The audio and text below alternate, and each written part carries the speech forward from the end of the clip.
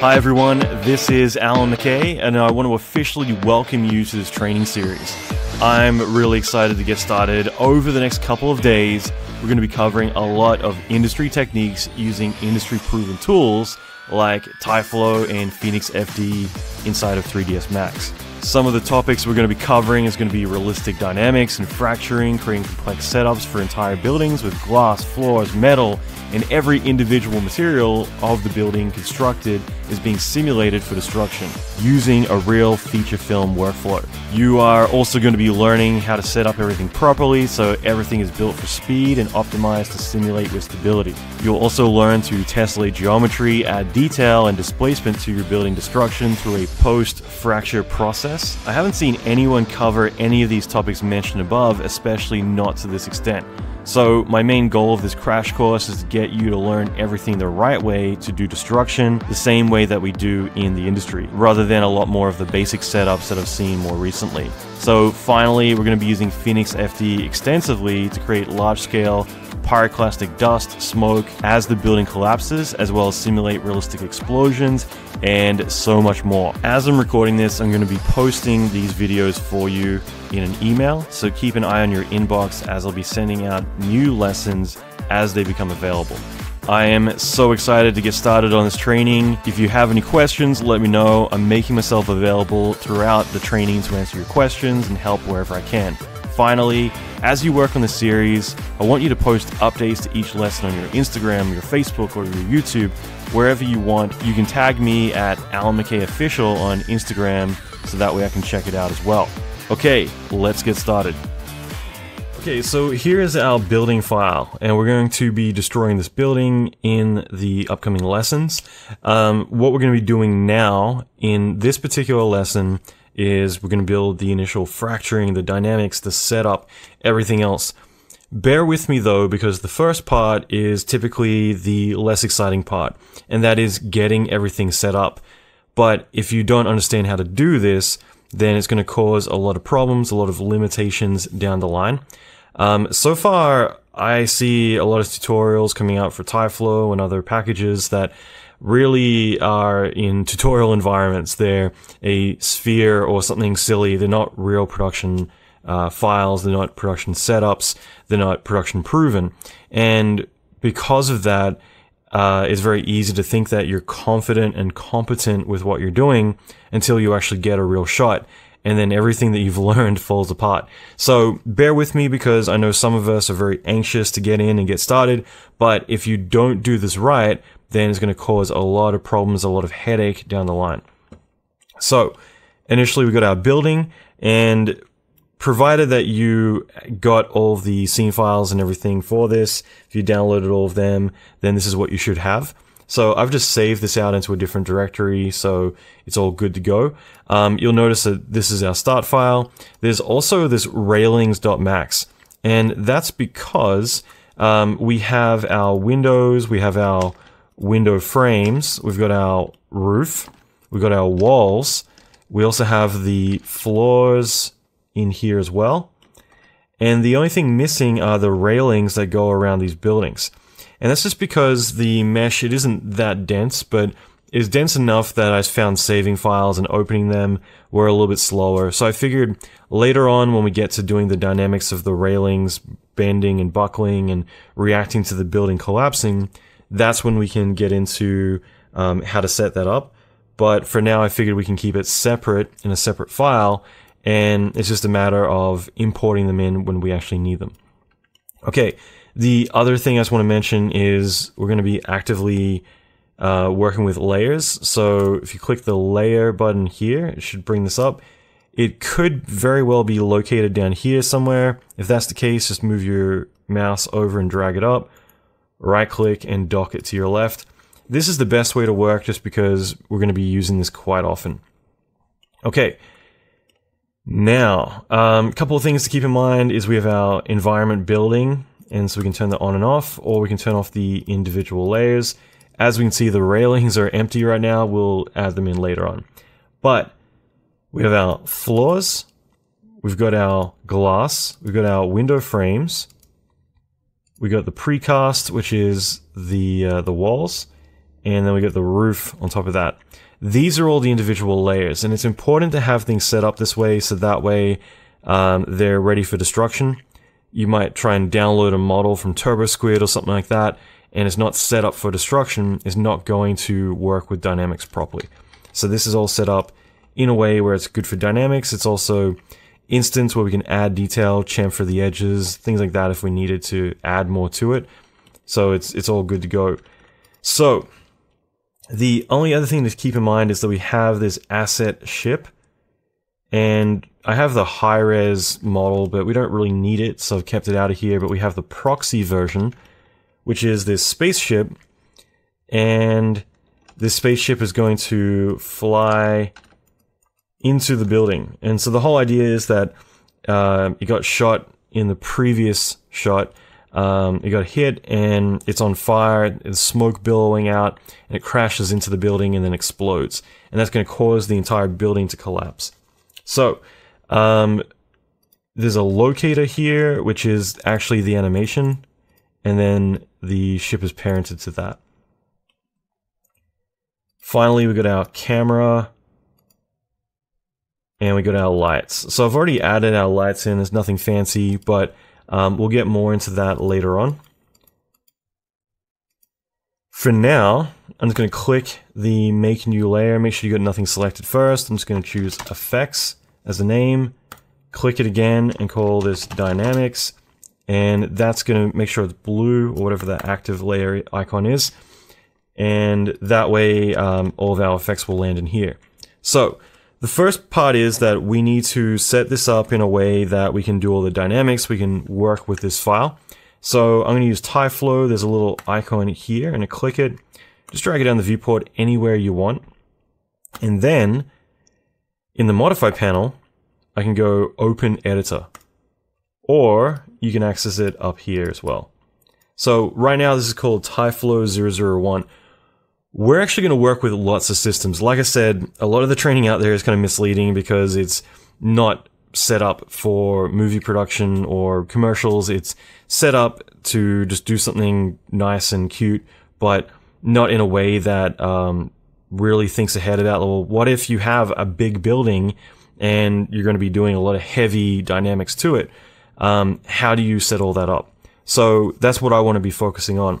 So what we'll do here is I'm going to call this TYF for TyFlow _ I'm going to call this prefrag, and I'm going to put a 1 next to it, meaning that it's the first in many phases that we're going to work through. So the whole idea is that we'll initially have an event called, we'll call it prefrag, and that's where we're going to get our building and we're going to break it apart. We're going to do all the cutting and all the things that we need to get done in this event. And then we're going to feed it into another event and we're going to do the dynamics. And then from there, we can get into doing the glass, secondaries, the railings, and the fluids. And we're going to build up all of these different simulations and phases as we go through. So 1, 2, 3, 4, 5, 6, all the way through. And so that's really important, is that we're doing the pre-fracturing now, because if we just did it on here, like I said, a lot of the time I've seen everyone just does all the fracturing in here, does the dynamics in here. And what if the fracturing takes a minute to pre-fracture, or 30 seconds? Every time I change one value, it's going to go and do that again. And so that's where the first problem lies, is that we need to think ahead and we need to be smart with how we're doing things, and we've got to treat this like a real production, because I want to teach you the kind of stuff that you can use in production, that you can go out and get a job tomorrow and be able to do exactly what we're doing now. So, first thing I'm going to do is I'm going to go birth objects, and let's just rename this to walls, and we're going to import the wall layer. So we're going to go environment, and we'll go down to precast, just double click and say add selected. Now it's going to add in all of our walls. Like I said, this part is the less sexy part of the course, but it's something that is really necessary, and that is going to be the shot handover. And so this is where we're starting a new shot, and the whole idea is that I want to go and create all the destruction for this. So with the walls all added, I can hide that layer for a moment, and we can see all these particles were added in. And it's because one particle per object. So if we unhide it again, each one of these objects is represented by one particle. Okay, so if we go to display, change it here from dots to geometry, it's now displaying the particle geometry, but every single one of these is just one particle. So you don't need to do this, but I just want to really make my point. I'm going to add in a speed. I'm going to set the divergence to a much higher value, and we can watch the whole thing break apart. So as you can see, the entire building is all the individual layers, which, let me delete that. That doesn't really help us, okay? So what I want to do is I'm going to go back to the birth objects, and we can see object elements. And when I click that, it's actually going to get every single separate object that's not connected to another in that object. It's going to separate them all out. So it doesn't really change anything. It's just, it helps us later on with a lot of what we're doing, because this way each particle is individualized to that specific element in each object. So we get a lot more dots or particles representing each one. Now, the next thing I want to do is I want to pre-fracture this. In other words, the fracturing is going to break it all up. It's going to cut it all up. And I want to do it initially a little bit. I think it's important to do that, because that way you can kind of get a head start on the calculation, and you can also have more individual areas. So if this is all cut up, then when the ship comes crashing in, I can say break that one area, just because there'll be a few individual cuts. I don't need to calculate everything else going on.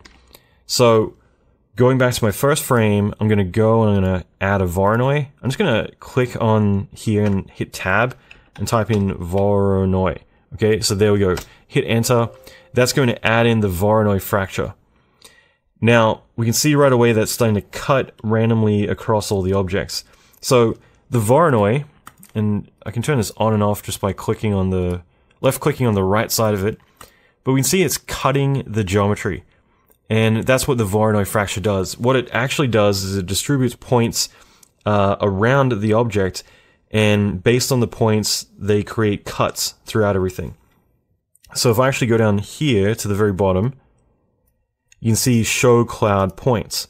When we turn that on, we can see all of the points in space, in this cloud, that represent where the cuts will be taking place. So one thing we can do, going all the way back to the top, is you can increase the amount of points, and it'll increase the amount of cuts. Or I can do less points, less cuts. In general, I'm going to move through this fairly quickly, but some of the basic stuff, just for all of us to kind of keep on point, I'm going to explain a few of these in this one lesson, but later lessons we're going to keep moving forward at a faster pace. But I think it's important just to understand that, because I think a lot of people use Voronoi, they don't understand what Voronoi actually does. And there's different ways to cut things, but this is how we're doing it. So the other thing is that right now it's using cloud, meaning that it's just a bunch of random fuzzy points like generated loosely around the position of the shape. What we can do is say random shape surface. I find this to be a lot more accurate, so it's actually snapping these points to the surface. So between using separate elements and then having them on the actual surface, we're getting nicer cuts that are a bit more quicker to cut, as well as it's more intricate around the surface. So at this point,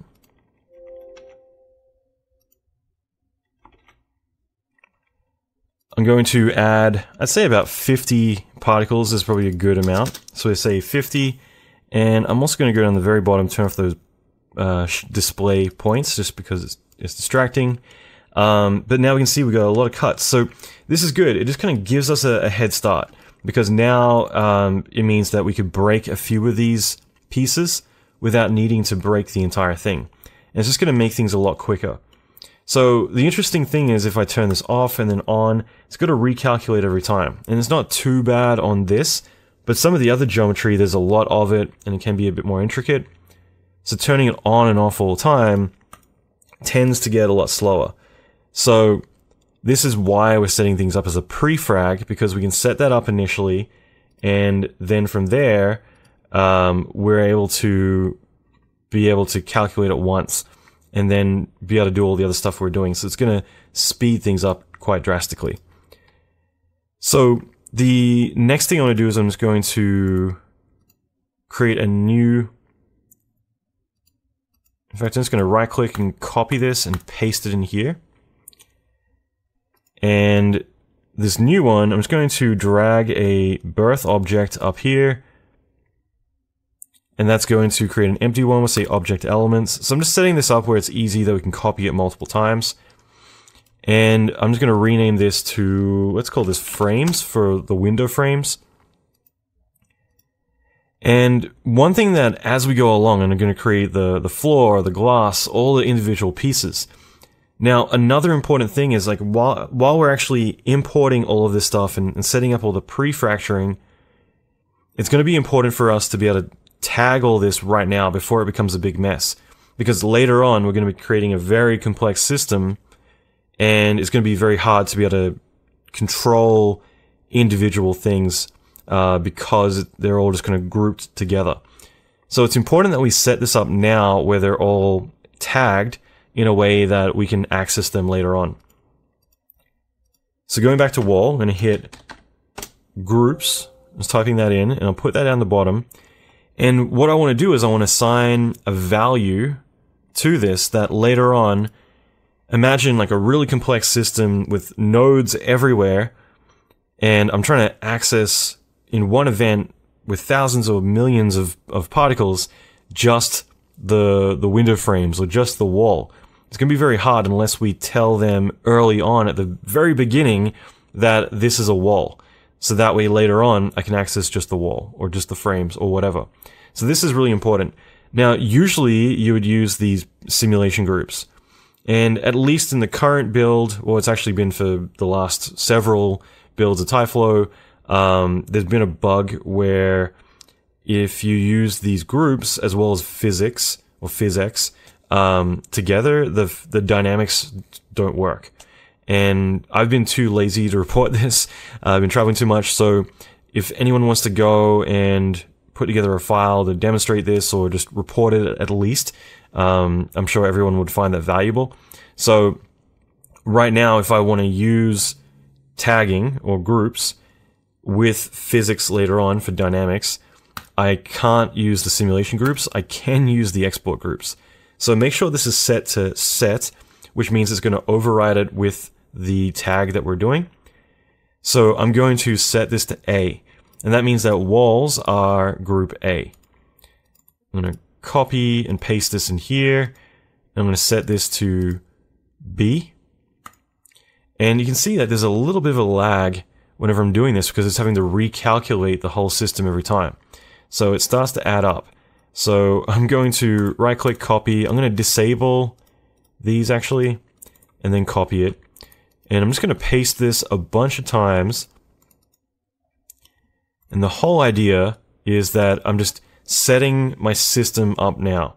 So I got walls, frames, and then I'm going to rename this and let's call this floors. And the next one is roof. And then we got the glass as the final one. We're actually not going to use that just yet. Glass, and then we have railings as well. Which I guess we could do it now. Railings. Okay, so we've set this up, but right now the birth objects is only set up for the walls, so all these other ones are intentionally empty. Like I said, this is the boring part, but this is the necessary part. And so with this, we have frames, which is the mullions. I'm going to double click on that layer and click add selected. I'm going to go to the floors, I'm going to double click them, add selected, roof.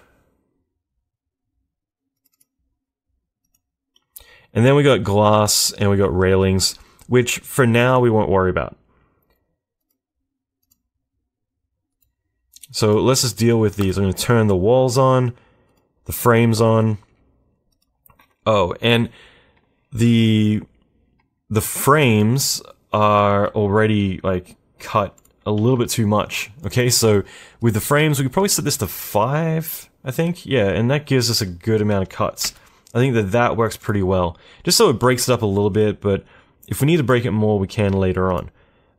The other one is the floors. So the floors need to actually be cut a lot more, because later on when we're working with our dynamics, by default, we'll be setting the mass based on volume. And so if these are really big chunks, they're going to become really heavy unless we modify that. So it means that a big chunk like this, if it hits the wall, it's going to push right through because it's way heavier. So we need to cut the geometry more times, like give it like 1,000.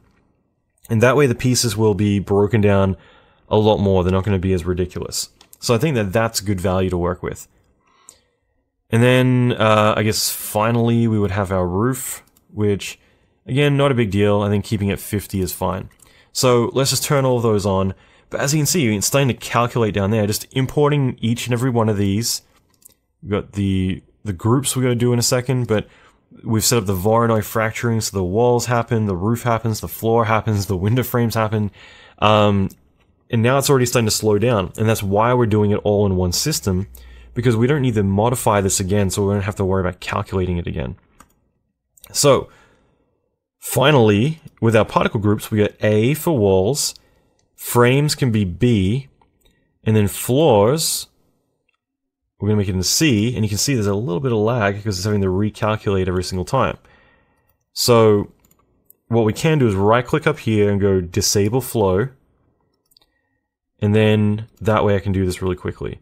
So, what was that? That was floors is C, roof can be D, glass can be E, and then F for the railings.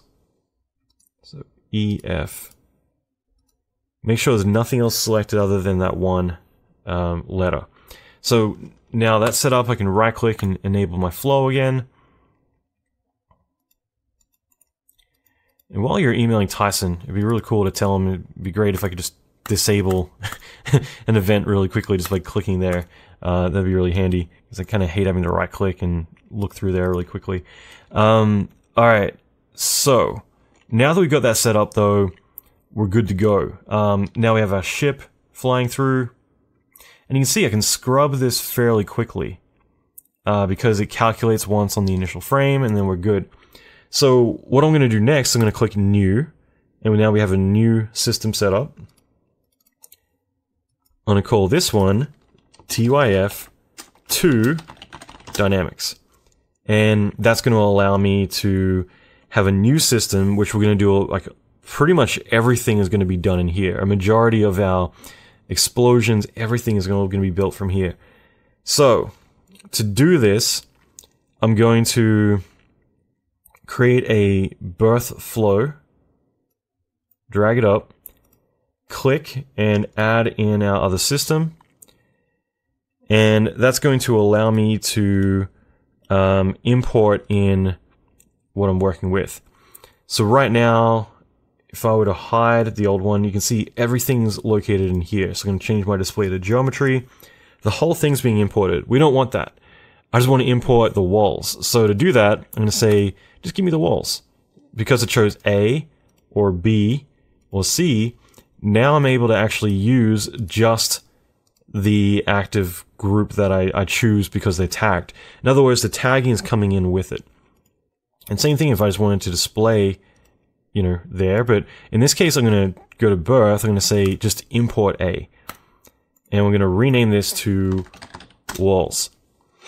And that's all I pretty much need to do. There is flow update, but because we're just importing this, we don't need to worry about that. So I'm going to copy that, I'm going to paste it. Let's just disable this again. And let's just do the exact same thing. We're just mimicking what we've already done. We got the frames, we got the floors, and we got the roof.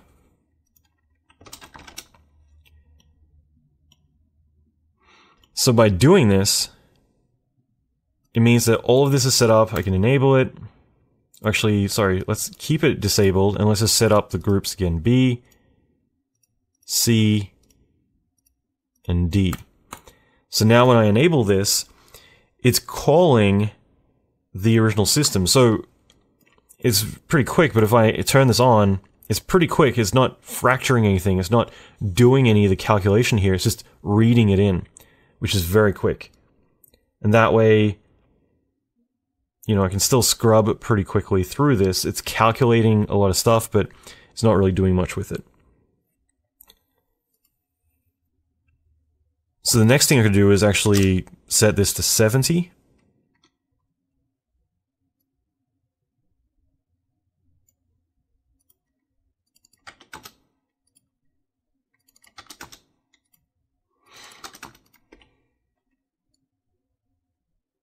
And that means that it's only going to look to bring anything in during that time frame. So again, we're just doing this now because as we get more complex, we're going to need to have this taken care of, like to be as quick as possible.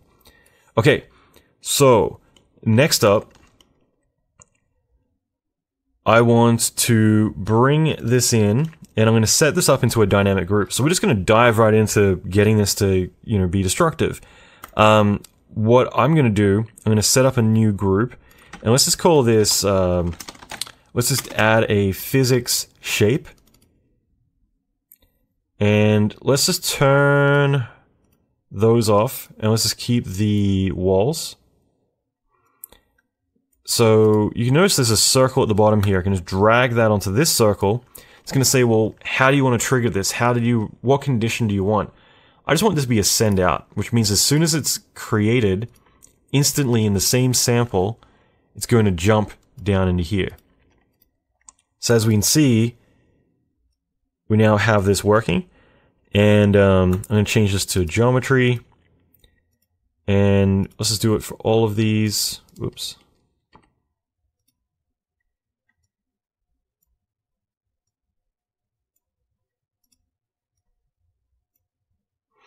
So these are all turned off right now, but they're all connected. And so now that this is in here, when I play this, it's probably going to fall because by default it's got gravity applied. So it's kind of slow, but you can see it's starting to fall down. Okay, so what we can do, there's a couple of things we can do. One's going to be if we go into our system here in the modify panel. So again, create, modify, physics rollout. There's default gravity. Let's just turn that off. And that means that now it doesn't have any gravity by default. We can add gravity, but by default it doesn't have any. The other thing that I want to do is I don't want to calculate all of this because it's kind of slow, right? So what I can do is I'm going to create a box that represents just the area that I want to get destroyed. So in the top viewport here, I'm going to hold Control-Shift, click box, Control-Shift, drag out a box here, and let's just look for the ship.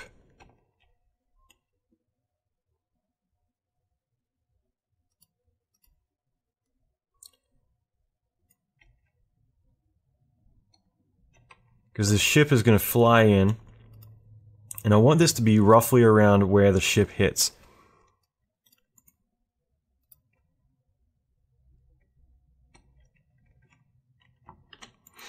So don't worry about that, I was just making sure that you can force it to refresh if it's ever paused or anything. But yeah, I've just got this area. I'm going to hit surface test. So the surface test allows me to, and I can do this at the top before any physics are calculated.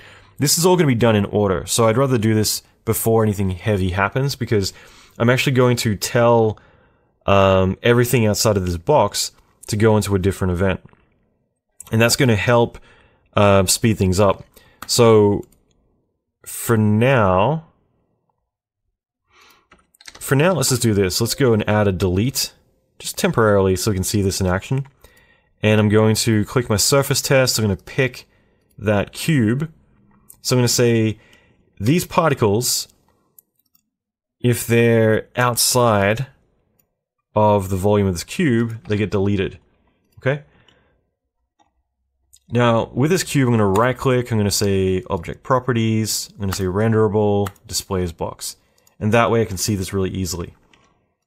And it simply means that wherever this cube was, it's just going to keep that geometry only.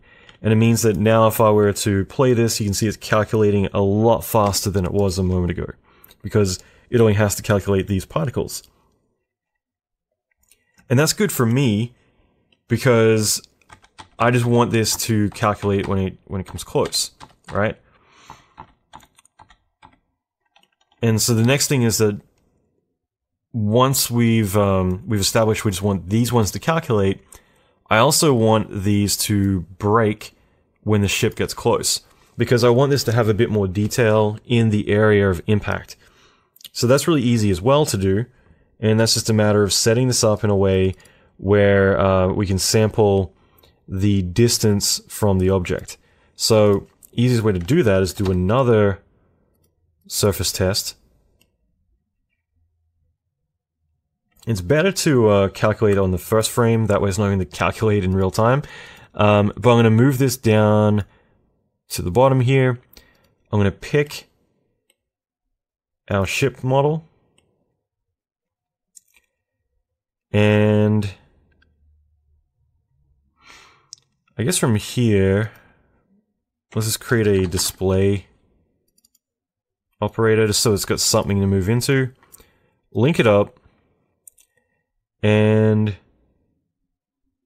I just want to say if the distance between the ship and these particles is less, so you can see less or greater, less than 210, then it's going to test true.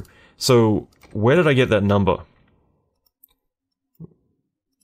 If I go and create a sphere around here, I can say 210. I can say roughly this radius, if a ship got within there, then to sample this and break it. That's all I'm trying to do.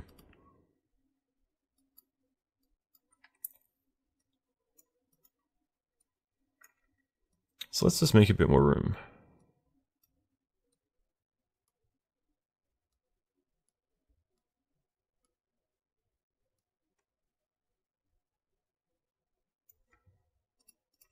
Okay.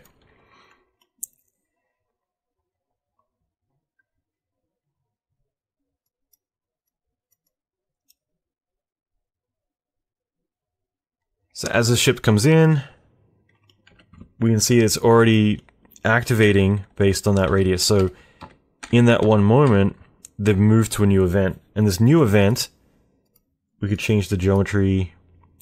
I'm just going to say Voronoi. And what I'm doing is I'm actually going to tell it to break again.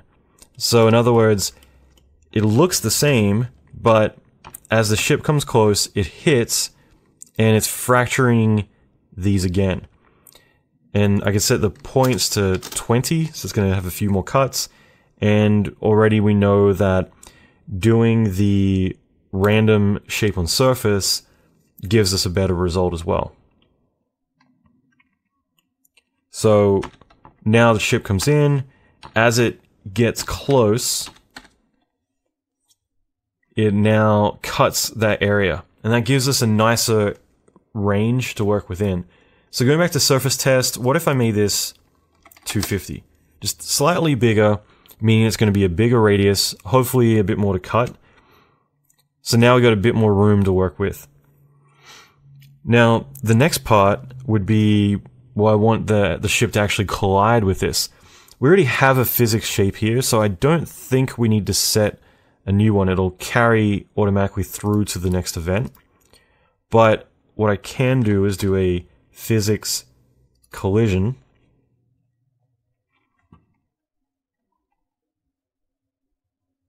And then pick the ship. So by doing that, I've told our system that yes, they're dynamic, but the ship is a collidable object. So as this flies in now, it hits, and it's actually going to smash right through there, okay? Now remember how we killed gravity? So we got to fix that as well. So we can go in and do force. Sorry, whenever I hit enter, it makes that bing, kind of annoying. And with the force, I'm going to give this a little bit stronger gravity than what you're probably expecting, just negative 1.5. And that just means that there's a little bit of gravity happening. Now I don't want it to be in this event, I actually want it to be in this one. So we drag it down here now, means that there's no gravity being applied, but when the particles move into the new event, that one will have gravity. So now these pieces will begin to fall down. The other thing is that they're disappearing. What the heck? And the reason for that is because the distance, this is testing all the time. In other words, it's saying, if we go up to timing, it's continuously checking. If we go to the one up here with the ship, that's necessary because the ship doesn't go near it in the beginning, it happens later on. So it needs to constantly be checking and evaluating that information. With the one down here though, sorry, with the one here though, that one we do want to just sample once, because when they come in, I'm going to just check once the entire building and send it out to this new event here. So rather than with timing being continuous, I'm going to change this to on event entry, and that means that only once will it calculate particles in that area, and then we're good. But with this one, so I'm going to rename this, I'm going to call this spaceship dist test, and that just means the spaceship distance test. That one is going to be continuous, but this one we just sample once, and we'll just call this active volume. So we calculate it again just because I changed the value of the timing. So by doing that, it means it's going to recalculate the whole system again. If you can imagine when it's much more complex and we're doing all the fracturing every single time, this stuff's going to get very slow. But the cool thing is that because all of the fracturing was done in this event and then imported in here, only what we're changing here is being recalculated. The fracturing is already stored in memory. It didn't get changed because it's in the system. It's just reading it in again. So this makes the whole thing much, much faster. Now we can see that the particles can go outside of this cube because it only did it on event entry. After that, it's not looking to kill anything or delete it or send it away if it goes outside of that volume. So that works out really well for us. So already we've now got something which explodes and then falls down. With the gravity, I'm going to put this down the bottom here. So in other words, really important, we need the Voronoi to happen first, and then we calculate the physics, and then we calculate the gravity. It's really important to do it in that order because otherwise it's going to be assigning shapes to something that's already changed. So it needs to cut it into new shapes, then we assign physics. In this case, we're not doing a physics shape, but we still want the collisions to be reading the correct shape. So it's just better practice in general to work this way. And then we have the gravity on top of that. So the other thing to keep in mind is that, well, gravity's being affected, this stuff's falling down, but this stuff here is floating off into space. Why is that? Why do these ones fall with gravity, these ones don't? It doesn't make any sense. Well, the reason is because these ones went to a new event. They were near the spaceships, they got activated. In other words, if I turn display off, we can see the ones that are falling are the ones in this event. The ones here, they got knocked. In other words, the dynamics of these guys hit these ones, they're floating off, but there's no gravity being assigned. So the next thing that we want to do is we need to be able to tell it, well, you know, you guys are moving, so you should probably come to the party down here, because these guys have gravity, they're going to have other stuff going on, so you should probably be part of that instead. In other words, anything static can remain here, and we'll rename this and call this static group or something, or we'll call it static building. I'm terrible with giving names to stuff. And so what we can do is we can do another, this time we'll do a property test. And a property test is actually checking the properties of the particle. And what I can do in this case is I can say, well, how about we test the velocity, and we say if the velocity is greater than, I don't know, like 10 or 7, something like that. Let's try 7. Then it goes to this event. In other words, if the particles are not moving, then they're going to be static, they're going to sit here, they're not really going to do anything. But if they get hit and knocked, then obviously they'll have velocity, so then they'll go into this event. So make sure we link that up. And now it means that they're going to go in here, they're going to fracture again, because we're going to tell these to break again. And also have gravity. So now we're running the calculation again. Ship comes in, it hits some stuff, but then that stuff moves, and so everything else begins to fragment as well. So suddenly we got a lot more going on. Now we have this entire area beginning to fracture and fall apart. And the only thing that isn't are a couple of these guys that just the speed wasn't fast enough. They might move a little bit, but they're moving very slow. And that's fine, because right now they're not attached to anything, they're sitting in space. If this was sitting in space and you nudged it, it's going to float. But these guys here, we don't need to delete them. We can just tell them to do something else. So I just turn that delete operator off, and I change the display to geometry. And so now we have the rest of the building being calculated still. It's just, it's outside of the active volume.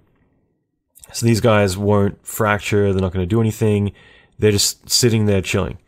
But it means at least now something is there for the building to collapse into. So we're already getting something kind of interesting. But what if we went a little bit further with this? We told these guys to be dynamic, but we didn't tell them to move. In other words, I could do a physics shape. And with this physics shape, we could say dynamics, but we could lock. I'm just going to disable this for a second. I'm going to lock. There we go, all of that. So the lock means that this now won't rotate, it won't move. These are stuck in space. So these guys here are not the fun party. These guys are the boring party. They just stand still. So locked building. And that just means that they will refuse to move. Okay? So let's just turn this back on. And let's just chat about what we've done. So we have a spaceship flying in. As it flies in, it tests the distance between the wall. It's kind of like self-driving car or a car with collision detection. It's saying, hey, I'm within a certain range. And then it says whatever it's near to brake. So the wall as the ship, you can see it's a bit slower now. The wall as it comes closer to the ship, it fractures it, and then the ship is dynamic, so it pushes through that area. And so the area that is immediately affected is the fractured area, but then the areas that get knocked hard enough, they break as well. And so they'll end up in this area here. And then there's the ones outside of this active volume, and they don't move, and then everything else is kind of sandwiched in between. So what we end up with is a dynamic simulation where the ship punched a hole in the wall, and it told the whole area to kind of like, you know, fall apart. So the last thing I want to do is, clearly we're not going to destroy the entire building. We're just going to destroy some of it. So we can set up a few other areas, and we can give them different properties too. And this way we can start to set up a kind of damage area that we can work with, and then we can set up other areas which are kind of like, you know, you can render, but you're not actually going to be part of physics at all. And so by setting all this up, it just kind of gives us complete control, as well as optimizing everything to be as fast as it possibly can be. So one thing I just want to jump ahead and I've already done it, but just to point this out, we've got our environment building here. I've just made this a little bit smaller, and I just want to explain why. We've got our ship flying in, and it hits this area. So what I want to do is just have the box concentrated specifically around this area. So all we need to do is I just want to have 2 levels completely outside of the box, and then 6 down. So 1, 2, 3, 4, 5, 6. So that's all the box is doing. In terms of width, it's the same. We just want to encapsulate the entire thing. So the reason for this is so that way this is the main area that's active. Everything that's outside of there is completely locked right now. So now that we've done that, I'm going to create, well, let's just duplicate this. I'm going to right click, clone as a copy, another box. For whatever reason, when we clone it, it disables box mode. So I'm just, again, going object properties, display as box. Okay, so what I'm going to do with this box is I want to basically create a surrounding area that I want to keep dynamic. Okay, because the thing is, right now the entire building is dynamic, and the problem with that is that it's calculating all the stuff back here, which isn't really going to ever get touched, at least not by the ship. So going to the modify panel for the second box, I'm just going to pull it back slightly behind these windows here. You don't need to worry about being entirely accurate, and we can always tweak it later. The whole point is that this is completely procedural, so we can adjust things on the fly if we need to, in real time. We're just doing this to keep things fairly fast and fairly interactive. So I'd say make this go down about 3 floors, back all the way to there, and then all the way up to about where the roof is. That's all we need to do. So we now have this kind of crust around it. So what I want to do is I'm going to set up another surface test in here, and for now we can just throw in a delete operator. We already had one, I just deleted it, but if you want to drag that in here and turn it on, whatever works. Just gonna so I'm gonna hide my building and turn my effect back on. I'll cancel out of it. So I'm gonna pick this box, and I'm gonna say everything outside of this box gets deleted. So hopefully I'm not going too quick here. All we're doing is we're basically saying, you know, everything inside of this box here is dynamic, and then when the ship hits it, it breaks, it does everything it's meant to do. But everything outside of this first box here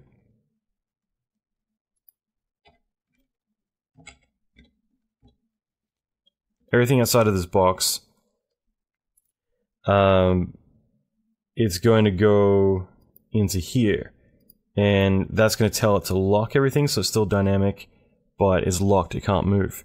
However, everything outside of this second box, okay, goes into this new event, and right now the new event, we're telling it to delete, so that way we can't see it, and that's just to show that it's working, okay? So it means that right now the system is actually really fast, because it's only calculating this and only this. What we can do, however, is turn off the delete operator, and we can see all this new stuff here. This is all being calculated again, so it's going to get really slow. What we can do instead is I can type in physics break, and by adding a physics break, it's going to tell it to stop being, I'll say all up here. It's going to tell it to stop calculating altogether. So now this stuff is purely for display. And if we ever wanted to, just to in fact, rather than, sorry, I'm getting ahead of myself here, rather than doing a physics break, we could do a physics switch. So the physics switch is going to deactivate everything. Physics break will break all the bindings. I apologize. We're not going to do that. And we can get rid of that delete operator now. So by doing this, it means that all of this stuff here, these particles, are purely for display. They're not being calculated with physics or anything. Nothing's going to collide with them. But it doesn't matter about these guys because we have these surrounding pieces, which is what it's going to collide with. So as long as those are active, that's all that matters. Because that means that for one of these pieces to move, it's going to collide with one of these guys. So that's our safety area.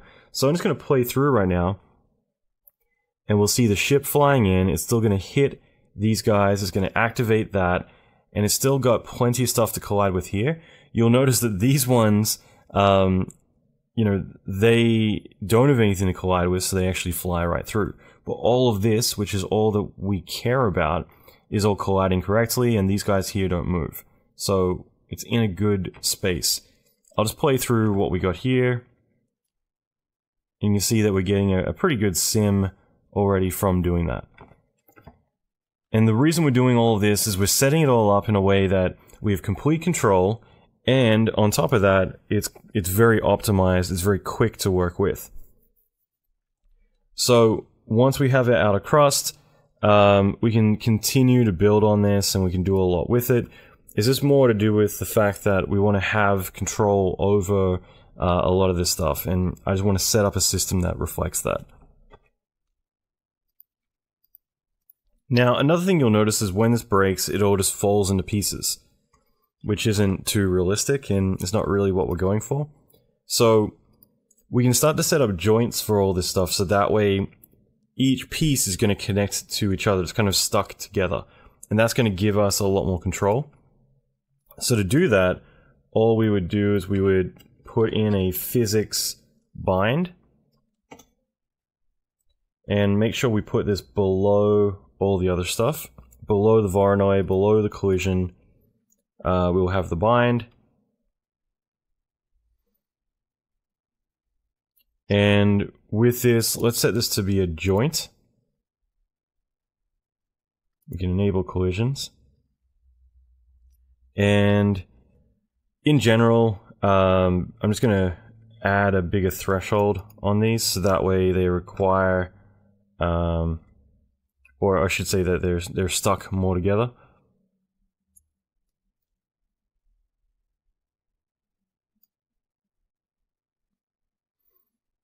The main thing is if we turn on show bindings, we'll be able to visualize this. So as we won't see anything yet because the particles haven't moved to this event, but as they do, we'll see this comes in, and then we'll see all these lines everywhere, and they represent the relationship between these. And you'll see these chunks now where before it was just breaking apart. These are staying connected. They're all doing their best to stay connected. Now obviously that looks weird because it's kind of like rubber, it doesn't break at all. So we do still want this to break a little bit. That's where we go to bind breaking. And by going down to bind breaking, this is where we can define how much we want this to break. And I think I'm just going to put an extra 0 in each of these, which should toughen it up a fair bit, but if it wants to break, it will break this way. So I'm just letting this calculate again. The ship comes in, it hits. Some of the stuff is breaking because it got hit really hard. Other bits are staying together. So this is just helping make this feel a little bit more realistic. You can see there are areas that are breaking, but overall it's staying together. So that's a really critical thing to do. Is just to set that up in a way that these will retain their relationship as much as they can. So you can see there's those lines are appearing. They're kind of very hidden here, but you can see there's lines everywhere representing the relationship. And obviously a lot of this is staying together.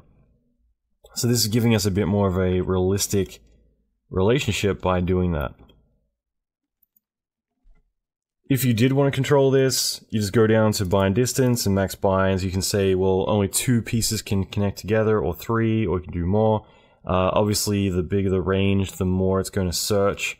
The more binds, the more it's going to be moving back and forth amongst itself, so that will slow it down a bit, as well as just kind of make things very kind of shared in terms of what they're doing, so they won't have as much freedom. I'm going to keep it on the default settings, it's totally fine. And you've got options in here too, we don't really need to get into them too much. I will say bind to siblings, so that way if these were to go into any other event, which later on they will, it's better to set that up now so that way we don't forget about it as we move on. So that's really critical, just so that way if they move to a new event, they're going to still retain the relationship. Don't know why that just kind of popped there. I guess it just refreshed the viewport. Okay, so yeah, I didn't do anything or anything like that. So that's pretty much it. By setting that up, it gives us a pretty good kind of understanding of how this all works. We can turn show bindings off now, but it means that now when this breaks, we're getting a bit more realism to what we're doing. So now we're getting something like that, which is looking kind of cool. So the other thing to keep in mind, and by the way, these do break, so you can see that now as they come down, they're going to start to break apart as they hit things and stuff like that. There's also going to be some penetration issues, like you see there's some pieces that fall through. We'll fix all that stuff, there's not a problem. It's more about tweaking the samples, and I just figure right now we're not too worried about that stuff, and when we do tweak the samples, it's going to slow things down a little bit more. So, but as you can see, things do continue to break over time. But keep in mind that right now we're just dealing with the walls. So if we were to turn the floors on, the roof on, the frames on, all of this is now going to be connected. And you can see there's some issues there we got to fix, and we'll do that right after this. But I just want to play this really quick so we can check this out, and we can see all of this now where it's all bound together. So the cement is kind of treating it like cement. It's all concreted together as one thing. But it is breaking right now, and that's because some of this stuff is within certain bounds of each other. So it's a little bit too close for comfort, and it's causing issues. So the way for us to deal with that is simply we go to our physics shape here, and we say ignore start penetrations, which means that anything, when it first reads it, if there's anything penetrating, it doesn't freak out. It because it's not that it's necessarily penetrating, it's more that they're so close to each other that there's kind of like a marginal area that it counts as a collision, and so it's already being flagged for that. So we'll do that to this physics shape as well as this one, ignore start penetrations. Okay, so by doing that, it just means that if there are collisions right away, it's ignoring that, it's just looking for new collisions in the beginning. And obviously there's none to start with until the ship flies in and hits it. So we're in a good spot. All of this now, because we've got more geometry, before we just had the walls, now we have the floor and the frames, all of that is binding everything together. And so by doing that, it means that the floor and the window frames actually work as glue to kind of keep everything attached together. So as we just let this cache for a moment, but we can see that it's already making all of this become a much more complex sim than it was a moment ago, because there's a lot more information for it to play with. So I'm just letting this cache for a moment, but this is just the beginning. You know, right now we've just got this where this ship hits and it causes everything to kind of break apart a little bit. Later on, we're going to be adding explosions in, we're going to be doing so much cool stuff. So this is just us getting the basic simulation going, and then from there we're going to start to actually have the ship, when it crashes, it explodes, and that causes a reaction, and then we're going to choreograph the top of this building to then topple down as one big chunk, and when it falls, it's going to hit the bottom, and when it hits the bottom, it's going to smash all of this, and it's going to cause the remainder of the building down here to continue to crumble because the top fell, hit this area, and then completely smashed that apart, and then all of that is just driving the entire building down. So we're going to choreograph all of that. We're going to have complete control over everything, on top of the explosions and everything else as well. So we're going to get into that as we build on this effect as we go forward. But already we've got a really cool sim, which is giving us some interesting results. Obviously, like I said, there's some inner penetration, and that's not a problem. We'll be getting into that. I want to explain all the samples and what you can do to control everything. So we'll definitely be getting into a lot of that as well. The last thing I'm just going to mention is that was going down the physics break and the particle break, and I was getting ahead of myself a little bit, just because I'm thinking of this stuff already. But for this here, these are dumb particles. In other words, they're not rigid bodies, they're not cloth, they're not doing anything interesting.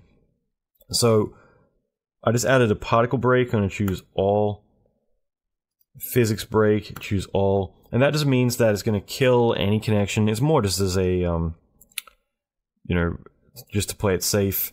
But we're just deleting any connections if there were any, and there's not, but it's just more to ensure that if later on we have piped any particles from here into here or anything like that, that it's going to kill any of that joint information, and then it's going to turn off all of the physics as well. So it means that anything that's sitting in this one, I'm going to change the display to geometry, anything sitting in here is 100% not doing anything, it's just displaying it, whereas the rest of this is being dynamic. So I'm just going to let this cache so we can check it out. But like I said, there is going to be some interpenetration issues that we'll get into later on. But more importantly, I want this area here not only to have the ship crash into it, but then I want the ship to explode. And when the ship explodes, we're going to create fireballs and all this other cool stuff. But on top of that, it's going to explode and rip apart all the building, the glass, the metal railings. Everything is going to completely blow up, and we're going to do some cool stuff with that. And then on top of that, we're going to set this up where the top of the building then tips and falls, and when it smashes on this section around here, that whole area, because of how heavy it is up here falling on it, rips apart. And then this continues to fall and smashes down onto the lower areas and continues to punch them down, eventually resting down the bottom, and everything's just spilling out everywhere. So we're going to do this completely in control of what we're doing, setting up the timing, the animation, everything, and having complete control over that. So it's going to be a lot of fun. But I want us to have a bit of a breather now, just so we can relax a little bit. So I'll run a preview of this just so we can check it out in its entirety, and then we can take a break, and then the next video we're actually going to do the fluid effects for the ship. So as the ship's coming in, because I think this is worth focusing on this next, because then we want to do the explosion, and once we can see how big the explosion is, how big the smoke and the fire and everything on the ship is, then we can decide on the dynamics and how they react to that explosion. So we've got to do this in order, otherwise we're going to go and build out the dynamics, and then we do the explosion, and then we realize the explosion's too small, and we got to, you know, it's kind of the chicken and the egg. So with this, it's better to do things in order, where we figure out how big the explosion is, how much the ship's on fire, all that stuff, and then we can start to visualize what to do next with the building destruction. So I'll run a quick preview of this, we can check it out, and we'll go from there. So I'm going to hide these two objects. Before I do, let's just rename these to vol inside, and then, so vol is volume, and then vol outside. Okay, and I'm just going to run a preview of this. So preview is just tools, preview, create animation. I'm going to make the resolution a little bit higher. I guess that'll do for now. Active time segment, edged faces off, clay, high quality. In fact, this is a little lower resolution. So let's go to the rendering menu, and let's just make sure that we got a bit more resolution to work with. So 1500 by 810, and then we'll go back to that preview menu, and we'll just set it up to 1500 by 810. Okay, so here is the result. But the ship comes in, hits it, it all begins to break, and it falls and does its thing. So this is still very much early days. We've got so much more to do, and it's going to look so cool. But just to begin with, this is looking really neat. I think that we've got a good sim. You know, there's plenty more we can do to make it more interesting, but already, you know, wherever we want to change this, whatever we want to do to it, we just need to shift the ship where it hits, or move those two grids, like the volume inside and outside, to get a completely different animation. And you can see little subtleties here, like you see the roof here when all this begins to fall. You can see stuff dangling around, which is really neat. There's a lot of secondary stuff that just kind of happens because we've set it all up correctly. There is some buggy things, like a little floaty bits, stuff like that. Again, we're going to get into all that stuff later, so I'm not concerned about that right now, because we'll be fixing any pops, any floaty bits, any weird topology. Even if there's like some big chunks that look a bit odd, like let's say, I mean, most of this is pretty good, but some of those bigger chunks, those ones we're going to be setting it all up where it'll detect any big chunks that are still around, and we can have them have different behavior. So again, like, we're going to get really in the weeds with this. It's going to be really cool. But this is just lesson 1, so I don't want to overwhelm you too much. But we'll be moving into a lot more stuff as we go. And like I said, everything so far, this is focused on a real production pipeline. I want us to be doing what you'll be expected to do on a feature film, rather than just tutorial stuff that is nice to play with, but it isn't going to be able to give you results when you're working in a much more complex and professional environment. So I'll be moving on to video 2, but you know, any questions you have, contact me. I'm going to make myself available while we go through this training to make this the best experience for you and help you get the results that you deserve while going through this. Okay, I hope you enjoyed the first lesson. There is so much that we're going to get into. So this is literally just the beginning.